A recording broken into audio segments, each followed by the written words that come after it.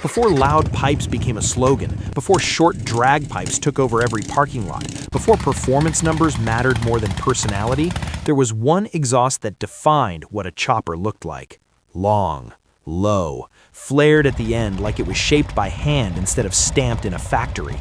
The fishtail exhaust didn't just push exhaust gases out of an engine, it announced a mindset. And even today, decades later, you still see it rolling slow and proud on traditional choppers and Chicano-style motorcycles that refuse to follow trends. This is the story of the exhaust that choppers made famous. At its simplest, a fishtail exhaust is exactly what it sounds like. A long exhaust pipe that gradually flares outward at the tip, shaped like the tail of a fish.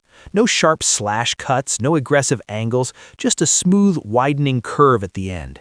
Most fishtails sit low and long, running parallel to the ground. They stretch the visual length of the bike and exaggerate its stance. On a chopper, they emphasize everything builders care about: flow, proportion, and balance. This was never about maximizing horsepower. It wasn't about racing. It was about how a motorcycle looked rolling down the street. To understand where fishtails came from, you have to go back to the end of World War II. When the war ended, thousands of American soldiers came home with two things: a hunger for freedom and mechanical skills learned under extreme pressure. Many of them had worked on aircraft, tanks, and heavy military equipment. They were used to fabricating parts, modifying systems, and making things work with whatever materials were available. Motorcycles, especially Harleys, became the perfect outlet. Early fishtail designs were influenced by aircraft exhausts and industrial machinery. Smooth transitions, flared outlets, functional shapes. These weren't designed to look cool, they were built to work.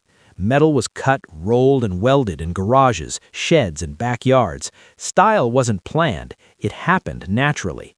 Post-war America was wide open. Highways stretched endlessly across the country. Gas was cheap, rules were loose. Riders started stripping their bikes down, removing anything that didn't matter. Fenders were chopped, frames were modified, weight was reduced, and as bikes got longer and lower, the exhaust had to match. Short factory pipes looked wrong on stretched frames. Upswept exhausts broke the visual line of the bike. The fishtail fit perfectly. It followed the length of the motorcycle. It stayed low. It added elegance without softness. Choppers weren't just machines anymore, they were personal statements. The reason fishtails became iconic is simple. They matched the geometry of a chopper. Long forks pulled the front wheel forward. Rigid frames dropped the bike closer to the ground. Solo seats pushed the rider back. A long fishtail exhaust balanced all of it. Visually, it stretched the bike even further. The flared tip added just enough aggression without making the bike look bulky or loud. It didn't scream for attention, it commanded it. Fishtails didn't sound like modern drag pipes. They were deeper, smoother, and more controlled. Not quiet, but not chaotic. Where drag pipes crackle and bark, fishtails roll. The sound flows instead of snapping. It's the difference between yelling and speaking slowly, knowing people will listen anyway. That sound became part of the chopper identity. Eventually, drag pipes took over. They were lighter, louder, and more aggressive. Racing culture and outlaw aesthetics pushed bikes towards performance and intimidation. Drag pipes fit that world perfectly. But fishtails never disappeared.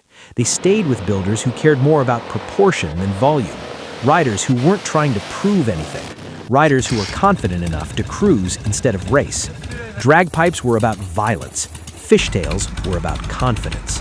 As choppers spread through magazines, garage builds, and biker culture, fishtails became part of the visual language. You didn't need an explanation. One glance told you exactly what kind of bike it was. Long forks, hardtail frame, fishtails trailing behind like punctuation marks. These weren't mass-produced parts. Many fishtails were handmade, cut and rolled by builders who understood metal as well as they understood engines. No two were exactly the same, and that was the point. While many trends faded, Chicano-style motorcycles never let fishtails die. Rooted deeply in Southern California and Mexican-American biker culture, Chicano builds focused on elegance, pride, and presence rather than speed. These bikes are long, low, and clean, extended front ends, deep paint, chrome details, built for cruising, not racing. Fishtail exhausts fit that philosophy perfectly. They complement the stretched frames, they enhance the low stance, they add flow instead of chaos. For Chicano builders, fishtails weren't a revival, they were tradition. While the rest of the motorcycle world chased trends, Chicano style stayed loyal to lines, craftsmanship, and heritage. Fishtails survived because they represent something bigger than fashion. They represent a time when motorcycles were personal, when parts were made, not ordered, when style mattered more than specs. Even today, modern builders still hand-form fishtail tips, not because it's easy, but because it's right. In a world full of bolt-on parts and copy-paste builds, fishtails stand out by doing the opposite. They slow the bike down visually. They force you to look. They reward patience. The fishtail exhaust isn't just metal.